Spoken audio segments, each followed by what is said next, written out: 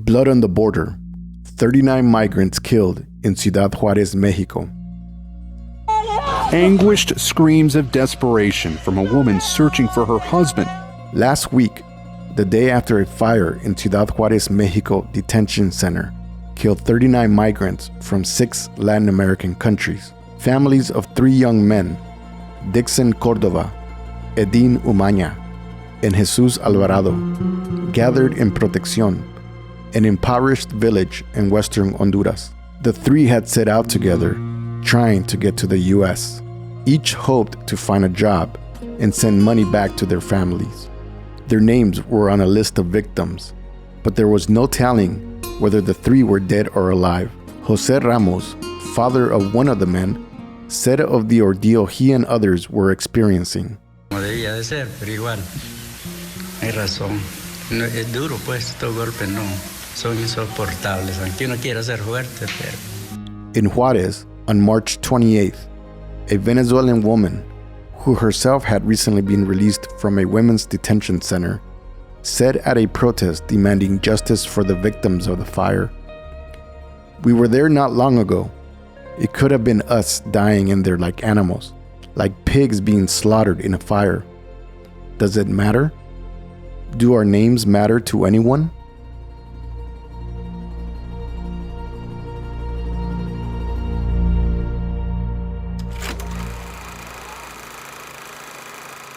The choices people confront. Why would someone pack everything they have into a backpack and head out on a 2,000-mile journey by foot? Why would they choose to leave everyone they love and set off to a place they've never been? A place where people speak a language they don't know, where many people hate them without knowing anything about them, except the color of their skin. Why would they go knowing they will be terrorized, perhaps robbed, beaten and raped by police, military, and criminal gangs? On the 1,000 to 1 shot that they'll make it all the way to the US and land a job bussing tables, or processing chickens, or cleaning other people's homes. People make choices, but they don't get to choose what choices they can make. The migrants who died in Juárez faced dreadful choices.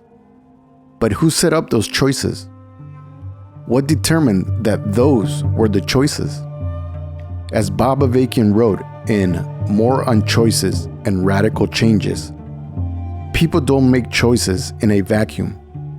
They do it in the context of the social relations they're enmeshed in, and the options they have within those relations, which are not of their own choosing.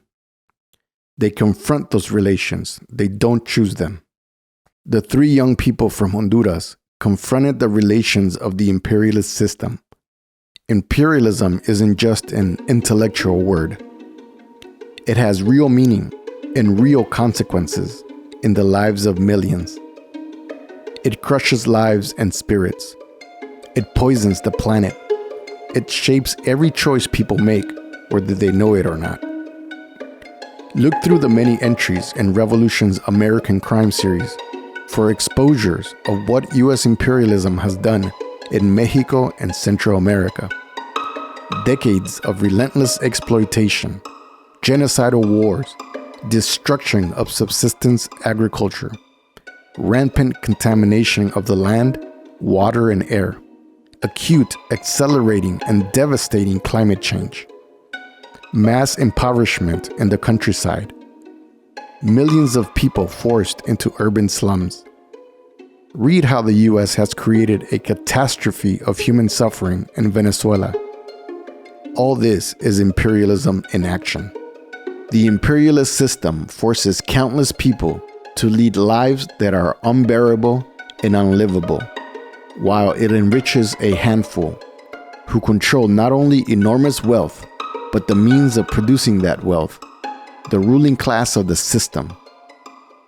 Imperialism constrains and confines the choices people face, so that a woman facing the possibility of starvation for her young daughter decides to carry her child on a trek that lasts months, through freezing cold and broiling heat, knowing that if she makes it all the way, she will have to cross through razor wire tunnels patrolled by heavily armed robocops.